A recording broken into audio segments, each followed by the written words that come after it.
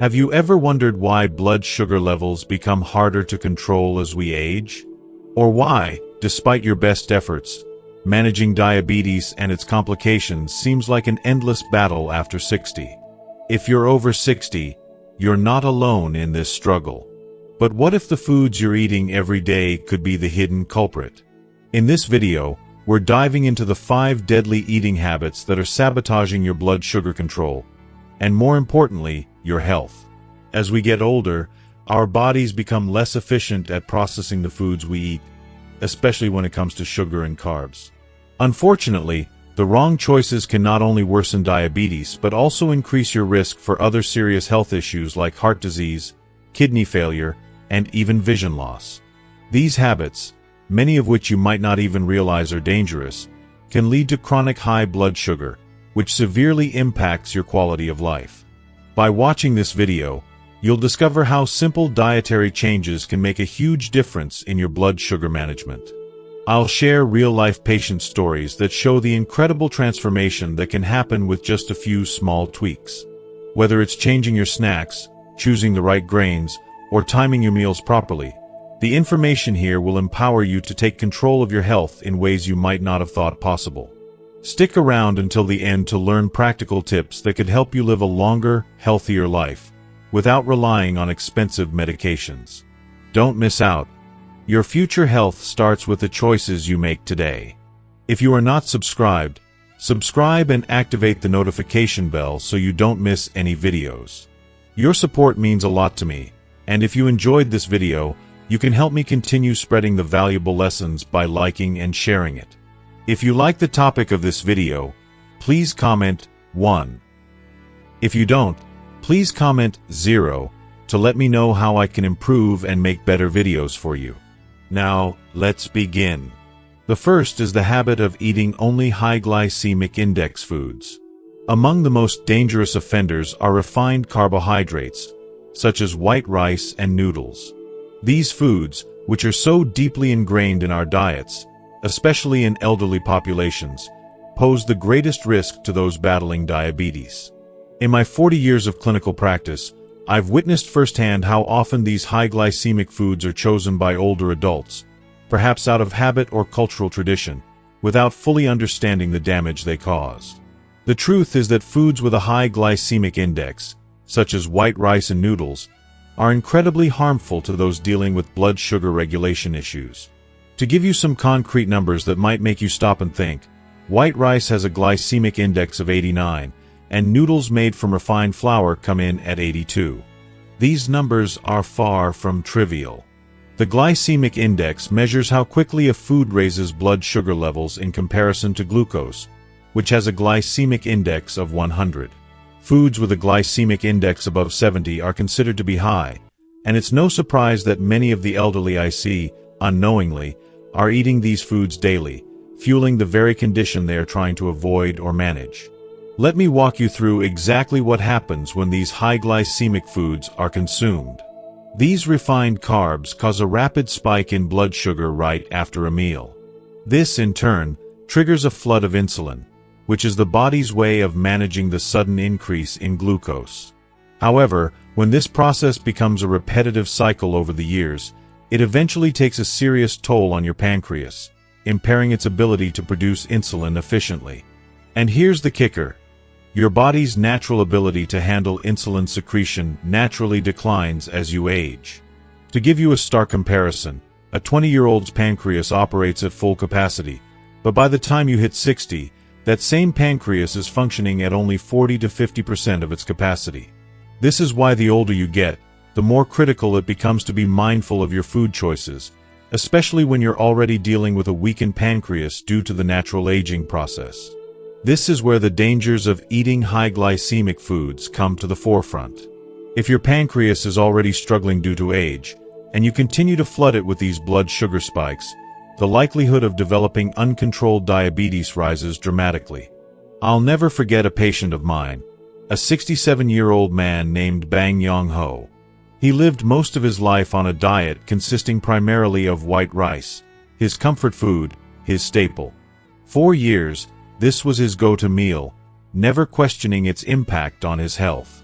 When he first came to me, his HbA1c level, a key marker for diabetes, was shockingly high at 10.2%. For context, a healthy HbA1c level is under 5.7%, so his was dangerously elevated. I knew immediately that we had to take drastic action. However, here's the silver lining: hope. And I mean that with all my heart. The good news is that with simple but profound changes in diet, significant improvements can be made. In Mr. Bang's case, after he switched to a healthier eating regimen, focusing on whole grains and cutting out the refined carbs, his HbA1c dropped to an impressive 7.1% within just 6 months. It was a monumental shift, one that proved to me once again the power of diet and how it can drastically alter the course of a person's health. It wasn't about medication or complex treatments. It was about making intentional choices, rooted in knowledge and care. What I recommend to my patients, especially those older adults like Mr. Bang, is to swap high glycemic foods for whole grains that have a glycemic index of 55 or lower. Brown rice, oats, and barley are all fantastic alternatives. For example, a meal that combines 50% brown rice and 50% white rice, paired with steamed sweet potatoes and eggs for protein, can be incredibly nourishing and beneficial. These whole grains not only help to stabilize blood sugar levels, but they're also rich in dietary fiber. This fiber acts like a cushion, slowing down the spike in blood sugar and keeping you feeling full for longer, preventing those energy crashes that many elderly individuals experience after meals. But the benefits don't stop there. These whole grains are packed with vital vitamins and minerals that play an essential role in boosting immunity and overall health. In addition, there's a fascinating link between whole grains and gut health. Eating foods like brown rice can improve the microbiome in your gut, which plays a pivotal role in how our bodies regulate blood sugar. Research shows that a healthy gut microbiome has a direct, positive effect on blood sugar control. I've seen this firsthand in my clinic. Patients who switched from white rice to brown rice saw an average HbA1c drop of 1.7%. That's an incredible result, especially when you consider that it was achieved without medication. It just goes to show how powerful the right dietary choices can be. In my many years of practice, I've come to believe that food is medicine. We often underestimate the impact that the foods we eat can have on our health, especially as we age. But if we take the time to educate ourselves, to make small yet significant changes to our diet, we can experience life-changing results, just like Mr. Bang did. So, I urge you to think twice before reaching for that bowl of white rice or those noodles. It may be familiar, comforting, and even nostalgic, but it could also be contributing to the very health problems you're trying to avoid.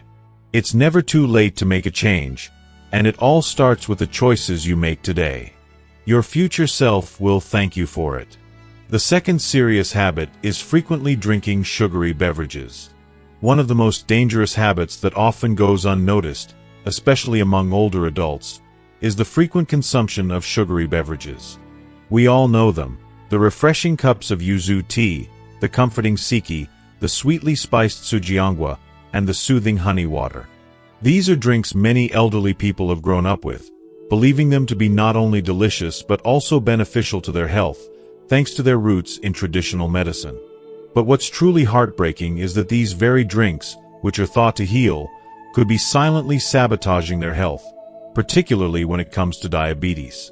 If you are still watching this video and find these lessons useful, please comment 1 below to let me know that you are still here with me. The truth is, these traditional beverages are, unfortunately, sugar bombs in disguise. Take yuzu tea, for example. People often consider it a healthy, vitamin-packed choice, but 1 cup of this citrusy drink contains anywhere from 20 to 30 grams of sugar. To put it into perspective, the World Health Organization recommends that adults limit their daily sugar intake to no more than 25 grams. That means just 1 cup of yuzu tea already exceeds the daily recommended sugar intake. And if that's not shocking enough, a cup of siki contains about 27 grams of sugar, and both sujiangwa and honey water aren't much better.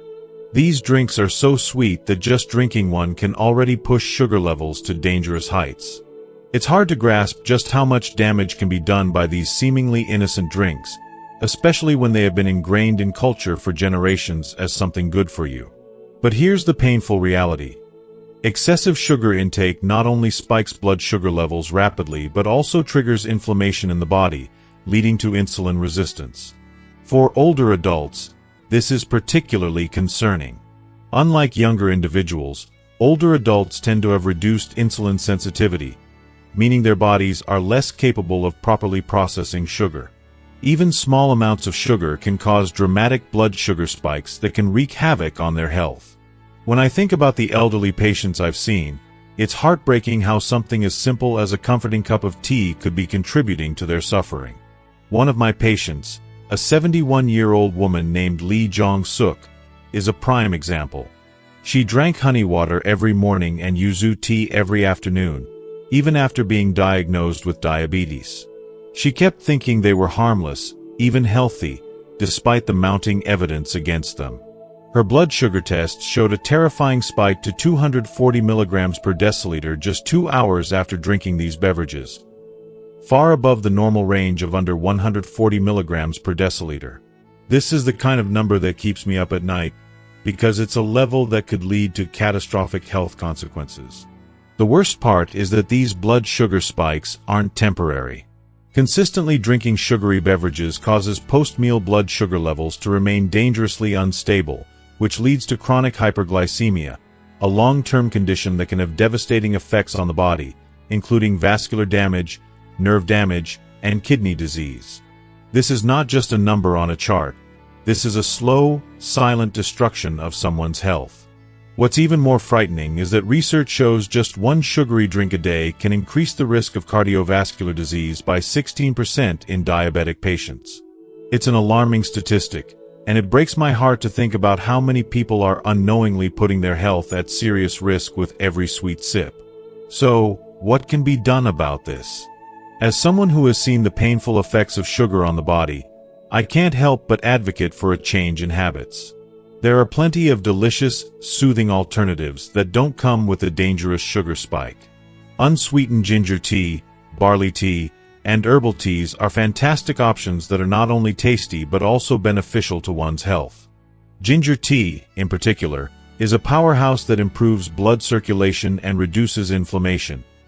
Two key factors for managing diabetes effectively. Cinnamon tea is another wonderful alternative known for helping improve insulin sensitivity. And if you need something sweet, it's important to limit yourself to just a teaspoon of honey, about 5 grams. That small amount can still give you a touch of sweetness without the dangerous consequences. I truly believe that it's never too late to make a change, and taking control of your health is one of the most empowering decisions you can make.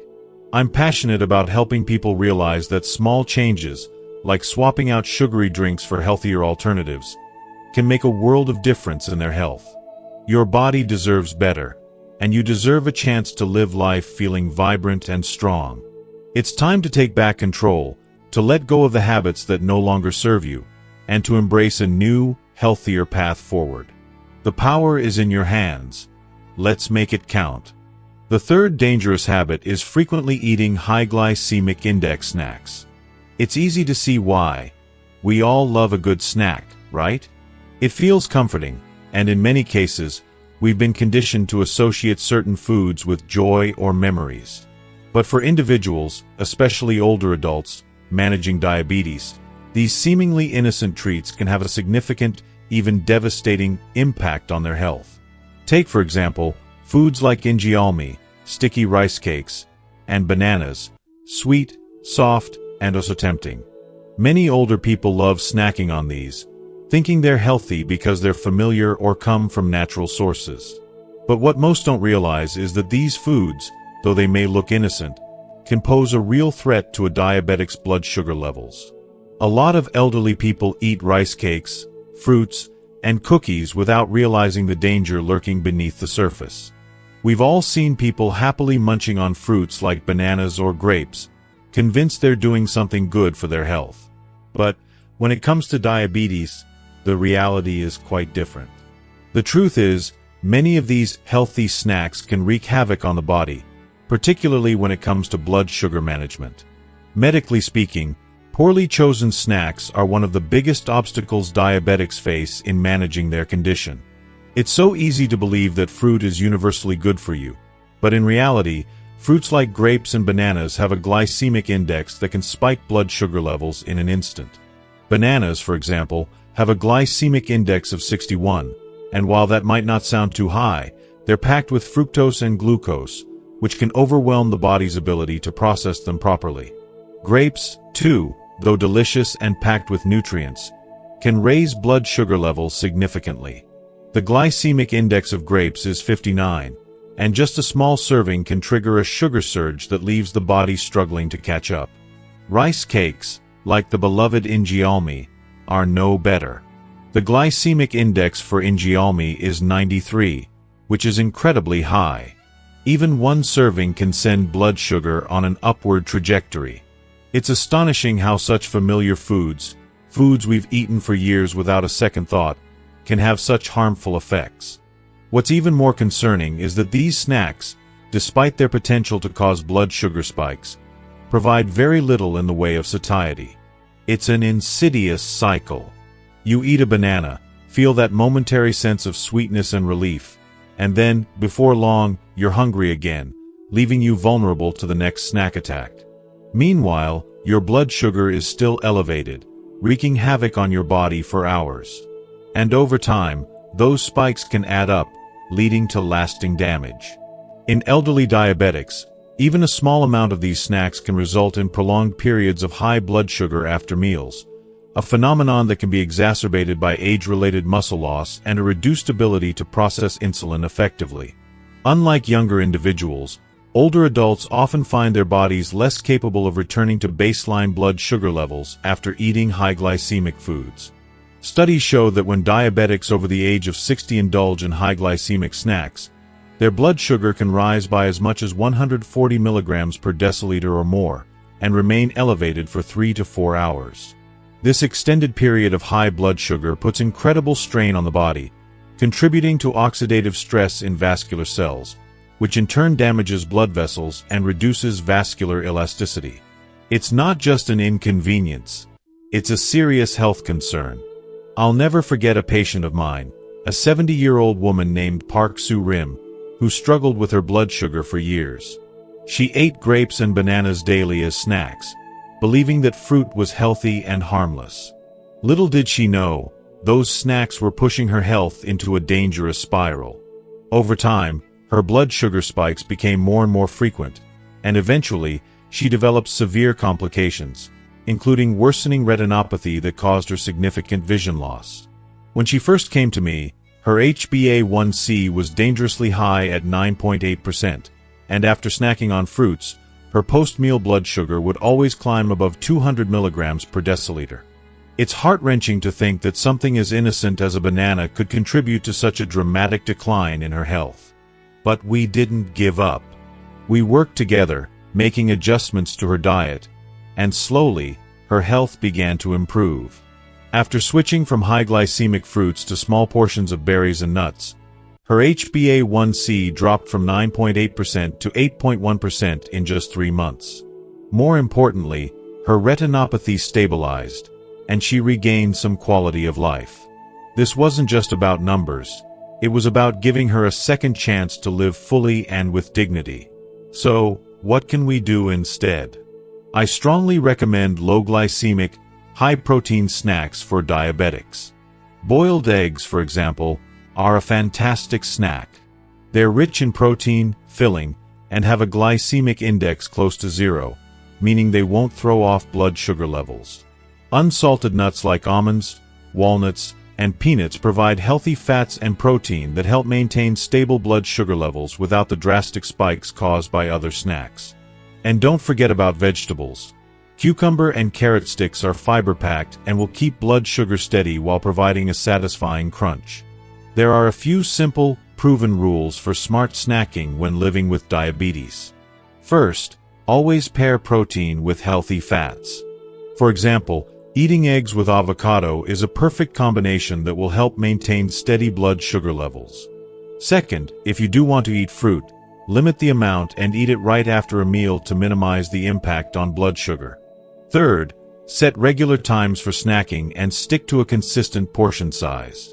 Fourth, a quick 10-minute walk after a snack can work wonders to stabilize blood sugar. Patients who followed these guidelines saw their blood sugar variability decrease by an average of 38% and gradually lost weight. It's about taking small, mindful steps that add up over time. The fourth dangerous habit to watch out for is mixing rice with broth or soup. If you are still watching this video and find these lessons useful, please comment 2 below to let me know that you are still here with me. One of the most dangerous yet often overlooked habits, especially among Korean seniors, is the tendency to mix rice with broth or soup. This practice, which is deeply rooted in traditional Korean cuisine, may seem harmless at first, but it can have severe consequences, particularly for those with diabetes. Meals like gukbap, jjigae-bap, or even seollyeongtang, where rice is quickly mixed with hot broth and slurped down without much thought, can be incredibly harmful.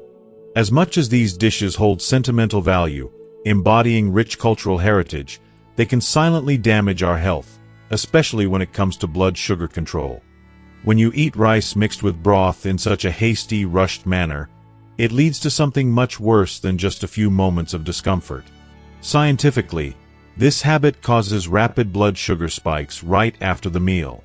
The act of eating too fast, especially without chewing, dramatically speeds up digestion.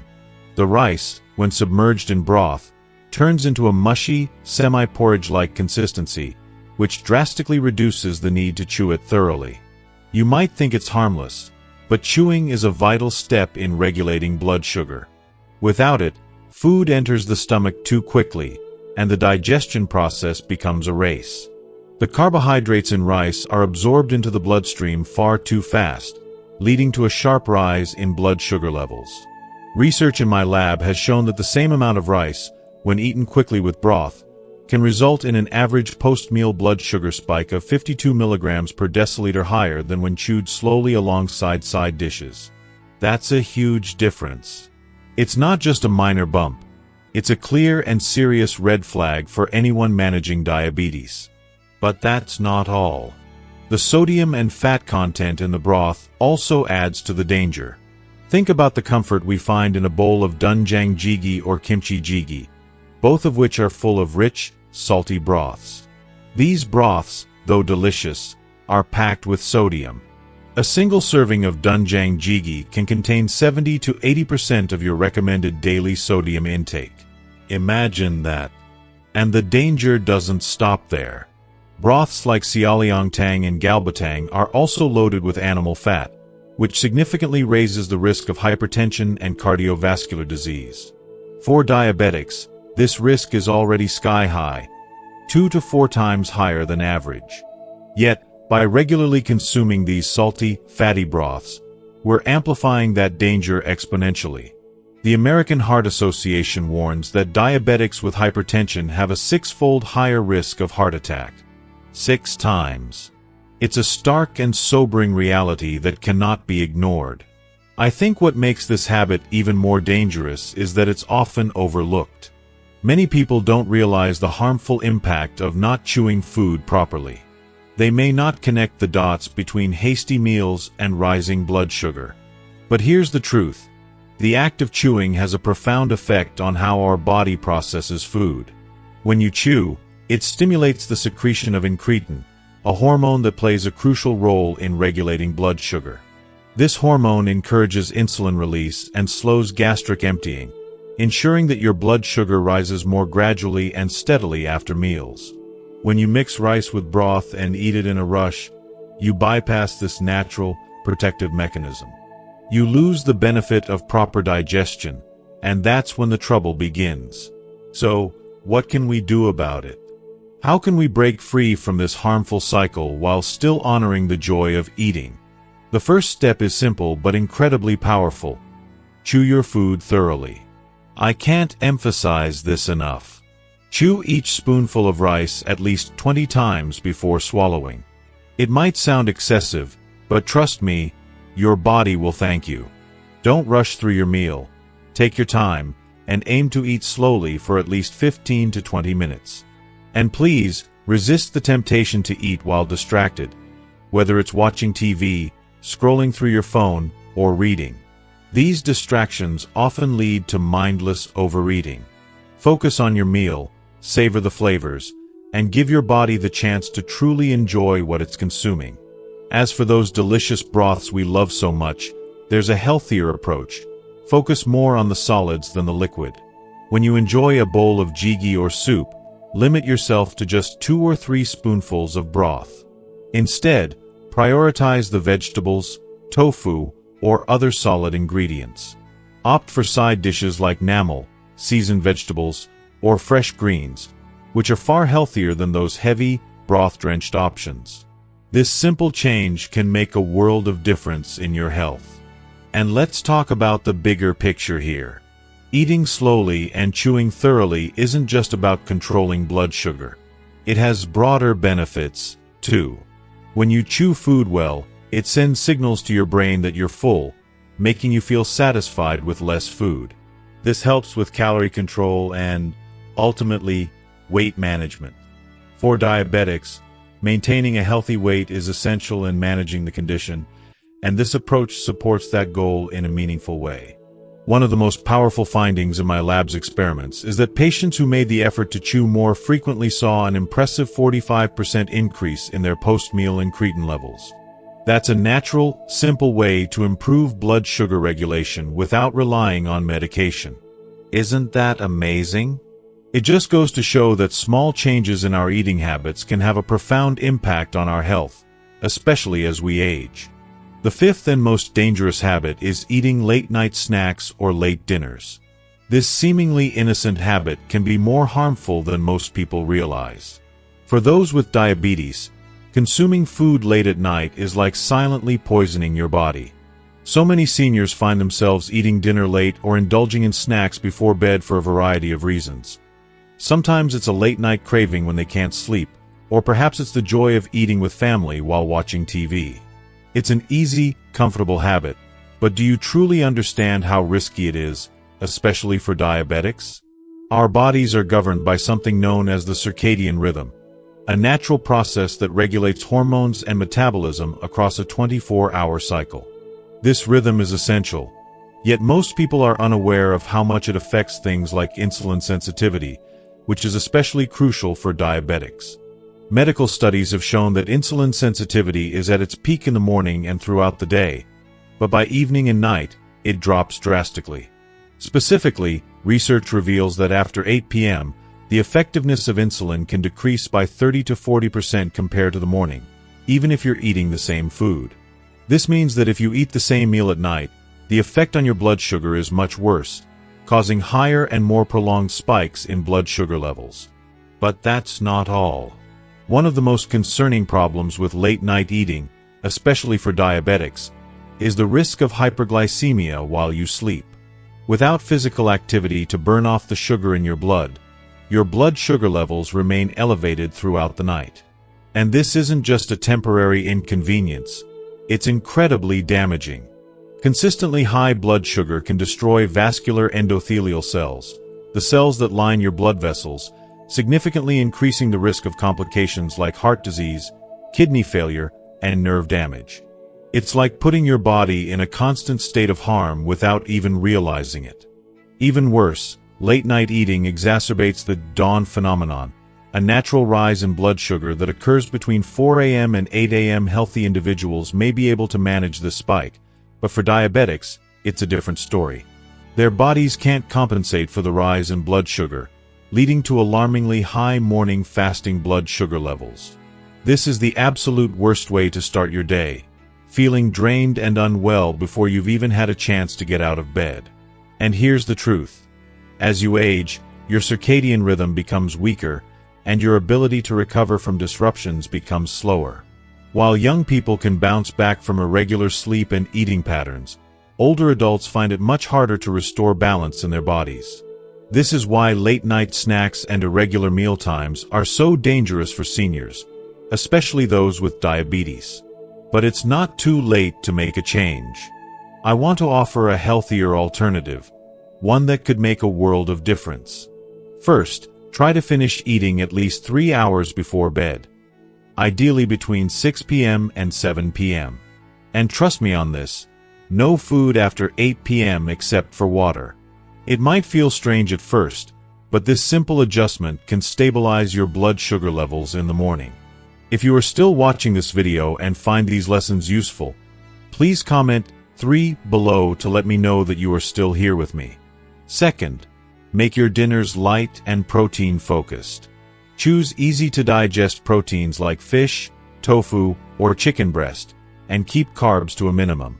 This helps your body manage blood sugar better, reducing the stress that comes from trying to process heavy meals late at night. Third, if you find yourself hungry before bed, don't reach for a snack. Instead, drink water or unsweetened tea.